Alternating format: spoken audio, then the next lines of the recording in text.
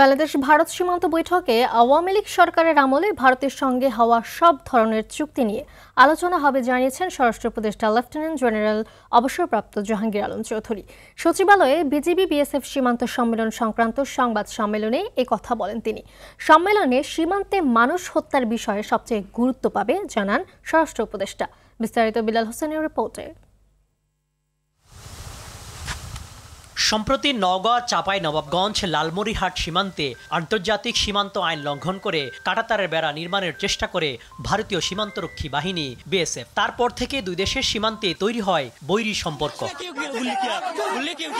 এমন বাস্তবতায় ভারতের নয়াদিল্লিতে ৫৫তম বিজিবি বিএসএফ মহাপরিচালক পর্যায়ের সীমান্ত সম্মেলনকে কেন্দ্র করে স্বরাষ্ট্র মন্ত্রণালয়ের প্রস্তুতিমূলক সভায় বিএসএফ কর্তৃক সীমান্তে বাংলাদেশি হত্যার বিষয়টি সবচেয়ে গুরুত্ব দেওয়া হয়। সীমান্তে যে হত্যা করছে ওটা যেভাবে হোক তাদের বন্ধ করতে হবে।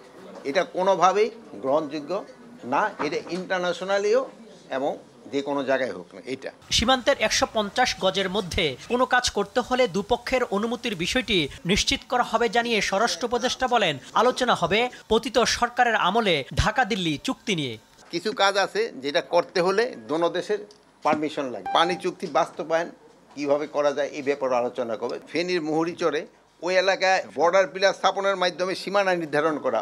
সীমান্তে চোরাচালান, অবৈধ অনুপ্রবেশ ঠেকানো সহ ভারতের গণমাধ্যমে বাংলাদেশ নিয়ে মিথ্যা সংবাদ প্রকাশের বিষয়টি গুরুত্ব পাবে বিজিবি বিএসএফ সম্মেলনে। এই ভারতীয় এই যে গণমাধ্যম যে মিথ্যা সংবাদ পরিবেশন করে এবং এটা কিভাবে তারা বন্ধ করতে পারে এই ব্যাপারেও আলোচনা করবে। যে কোনো মূল্যে সীমান্ত হত্যা বন্ধে বিন্দুমাত্র ছাড় দেয়া হবে না, সেই বার্তা দেয়া হবে সম্মেলনে, এমনটি জানান বিজিবির মহাপরিচালক। Border killing one of the main agenda, কোনো ছাড়।